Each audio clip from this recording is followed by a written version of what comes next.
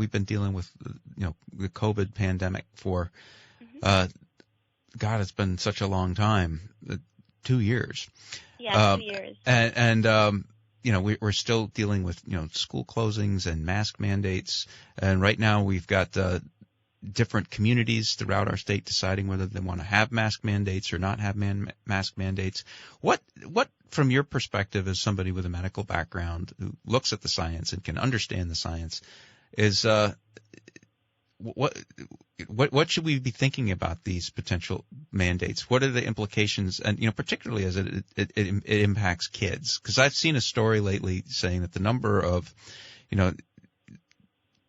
issues that are happening in our schools and with younger adults in terms of opioid overdoses and depression and anxiety, all of these things are on the rise, and a lot of it has to do, I think, with our reaction to the COVID virus. And we've tried to avoid one problem, but we have, in many respects, created others in taking that first action. So what should we be doing? Where should we be going? Great question, and a great way to look at this very complex subject. I'd like to start off by saying that science is really politicized in America. The way I look at it, and this is what I think, that when you want to make policy that is prudent, so which is wise and looks at the facts, that needs to be multifactorial. You need to consider multiple factors. It cannot be solely based on an appeal to authority. So you always hear people say, the CDC says this, or the NIH says this, or a certain public intellectual says this, and because they say that appeal to that person's authority or that agency's authority makes your point valid. No, that's not actually true.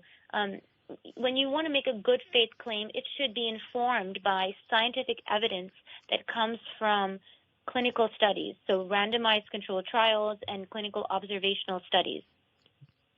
It just cannot be based on an appeal to the authority of public health agencies.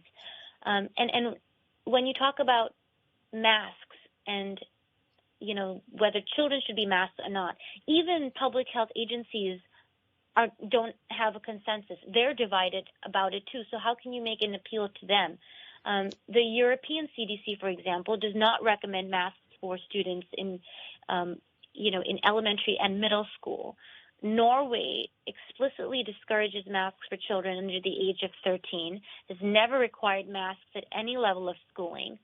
The same is true in Sweden. Denmark, England, Ireland, Switzerland no longer require masks in schools. In the Netherlands, when you're in elementary school, middle school, you don't have to wear masks. And they have science in these countries. they have scientists, they have medical doctors, and these are different consensuses that people come to based on looking at different experiments, different conclusions in different ways. And it's one of the things that I worries me a little bit is that I think a lot of this is people look to government to tell them what to do in terms of a ritual, that if you follow the ritual, then no harm can come to you. And that's just not the way that this works. It's, even if you wear a mask every day, and even if you get the vaccinations and the boosters and all that stuff, you can still get COVID. Yes, you can still get COVID. Initially, we were told that if you get the vaccine, you don't have to wear a mask. But now we see, and then there was a narrative about an epidemic of the unvaccinated. But we know that many people who get it have been vaccinated. So then to say that a mask, a cloth mask, or those blue surgical masks will provide protection. Like I said, science has become politicized, so a lot of people will show, the CDC says this or the NIH says that. But I look at a July 2021 study, and this was by engineering researchers at the University of Waterloo, and they demonstrated that the cloth masks that everybody uses, or those blue surgical masks, filter only 10% of the aerosol droplets that we exhale, which accumulates indoors. When you wear an expensive N95 or KN95 mask which is used in while surgeons do surgery, that filters 50%. To think that a mask is going to prevent 100% transmission of this particular virus, that's just not true. It's just not true. That doesn't mean that you shouldn't wear it. I always believe that it should be optional. So if you want to wear it, wear it. But forcing other people to wear it because, as you said, it's a ritual, or there was this really, really faulty narrative that said that, wear it for others. You don't want to kill grandma, or you don't want to kill someone else. These are I think they're very reductive, politicized statements that really insult the intelligence of Americans and Vermonters. If you'd like to join our conversation, give us a call, 244-1777. This is Rob Roper in for Bill Sayre today, talking with Meg Hansen. Now, what do you think about all of these local communities trying to decide whether or not to have mask mandates?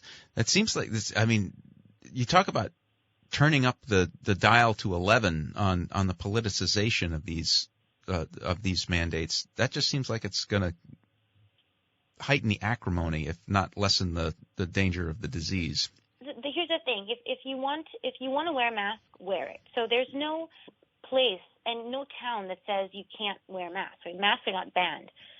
So that's really very much in keeping with liberty and respecting individual rights and freedom to live the life the way you want. But when you want to do a mandate, it means that you want to coerce other people to behave a certain way or to do something that you approve of. So I've been thinking about it, and I'm like, what is the reason? What is the scientific reason for forcing other people to wear masks when a vaccine can't prevent it? How can a cloth mask that only filters 10% of aerosol droplets, how can that do anything? I mean, it could do something for 10%, I guess. I mean, 10% is better than 100%. Or filtering out 10% is better than filtering out nothing. But I think that, psychologically people are much more going to be open to be cooperative with one another if mandates don't exist. Once you start to force somebody to try to do something, their backs get up and they get up, they get upset. You're not going to force me to do that. You can't do that. I mean, I myself, when I go into a store, if the sign says please wear a mask, I wear a mask. Right. If it says, wear a mask unless you're vaccinated, well, I've been vaccinated, so I don't wear the mask if I go in if that's not the requirement. So I'd sort of take a when in Rome or when in somebody else's house. If somebody else, if you go to somebody's house and they say, please take off your shoes, I take off my shoes. If they don't want me to take off my shoes, I leave my shoes on. The same thing with the mask. But once you start mandating things, people start to get upset, and you get a lot less compliance than you would otherwise get. Let's see. Looks like we've got a caller coming on the line. Mark is on line 2. What's on your mind today, Mark? Well, I think that comments like N95 masks only filter 60% are the part of what politicizes mask wearing. N95 masks filter 95% of particulates, and mask wearing is effective and not being asked for us to do by public health officials, not by politicians. And I think that the politicization of these mandates is largely coming from folks like this radio show that, for some reason or another, don't want to wear a mask to help with the public health problem. And that's my point of view. Thank you. Well, thanks for the call, Mark. I mean, I think we just had a conversation where we just said we do wear masks. If somebody goes, if I go to a store, there's a sign on the door that says, please wear a mask, I wear a mask. Same thing with somebody with their house. If I sit down with somebody and they're more comfortable with me wearing a mask, I wear a mask. I don't have a complaint. I have to push back about his 95% because I didn't create that number. That came from the actual study by engineering researchers at the University of Waterloo. So, I mean, when they actually constructed it and, had a dummy and did the whole thing. And you're right, though. It's not about 10% or 5% or 8%. If you want to wear it, wear it. Here's the thing, and that's really what the crux of this whole political divide is that there's a faction, a small one, but a very vocal one, that thinks that you need to do this or that, otherwise you will kill other people, and that's just not true. And again, especially if you're vaccinated. And you know, again, the idea that you could have a conversation that talks about studies, actual studies that have been done, showing how how effective the mask is, how ineffective the mask is, how effective the vaccine is, how, you know, what the vaccine does and what it doesn't do, is so alarming to some people. And I really don't understand why that is. It's because you have to do what I tell you to do. And if there's any information out there that causes you to question what I'm telling you to do, then that information needs to be suppressed and you need to be silenced. And that's just not a healthy society. That's not a healthy society at all. It's because we've reached a point where these issues for a particular portion of our population, these issues have become a part of their personal identity. You know, people have found meaning in COVID mandates. You know, when you find meaning in something, it becomes invaluable to you. If it's part of your personality and somebody questions that, they're questioning you. They're questioning your worth, you know, and that is definitely worth defending, right? When somebody threatens who you are, the rubric of your being. We got one more comment from Mark, and then we've got another caller on the other lines. Okay, well, a study does not evidence make. A study is a data set. You have to make multiple studies in order to come up with evidence, with proof. And so, you know, one study from the University of Waterloo is evidence, is you know, it's input into a problem, but the National Mine Safety Institute says N95s protect against 95%. And that's what you have to go by when you're a health professional and you're fit testing people for N95 masks. And so why should you go? That's my comment. One group over the other. You know, like that's what I'm saying. Everybody has their own point of view. So why go to an appeal to authority as opposed to looking at? I mean, so they're wrong. Is that what? I don't understand. Are the people at Waterloo wrong? No, Waterloo just isn't supported by multiple studies. So if we can have an honest conversation about different studies and different points of views, then that's healthy. You know, there's back and forth. There's an open, constructive conversation. But if one particular point of view is just shut down as being horrible, you know, like this radio show, for example, is not supporting public health, then that is not conducive to robust, healthy conversation. Mark, thanks for the call. I do want to squeeze in Mary Ann from Randolph before we run out of time. So, Mary Ann, how you doing today? Well, I'm okay, but I didn't hear the whole conversation, so I don't know if I'm relevant. But I don't know what people have problem with wearing a mask. It doesn't bother anybody. And some people have more problem. I have to wear oxygen. I wear hearing aids, and I wear a mask. And it takes me more effort to wear a mask than somebody else just put it on for 10, 15 minutes when they go somewhere.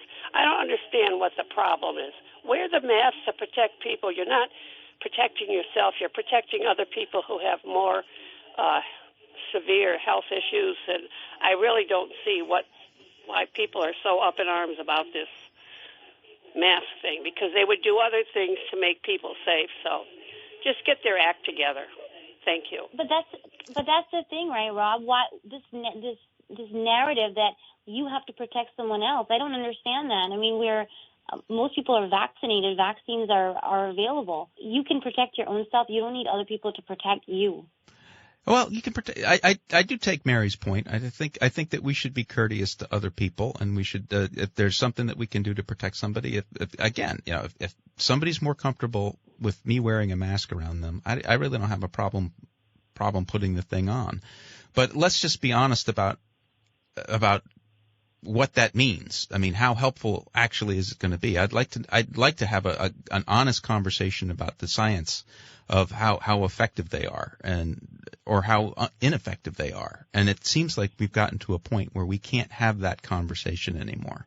Where if you bring up a study from Waterloo that is contrary to the dominant narrative, well, that it needs to be dismissed. We can't bring that up. It might cause people to behave in a way that is different from the way we want them to behave. And we need to be honest about the policies that we put forward. It shouldn't just because, this makes me feel good or it makes me feel comfortable, because there are people who do have issues with it. And we never got to the point about children, but one of the callers said that there's no harm. There is harm. Prolonged mask wearing comes with several documented harms, especially for young children. Yeah, I wish we had longer to get into that, but we're down into our final seconds of the program. Meg Hansen, I want to thank you for being our guest today on Common Sense Radio.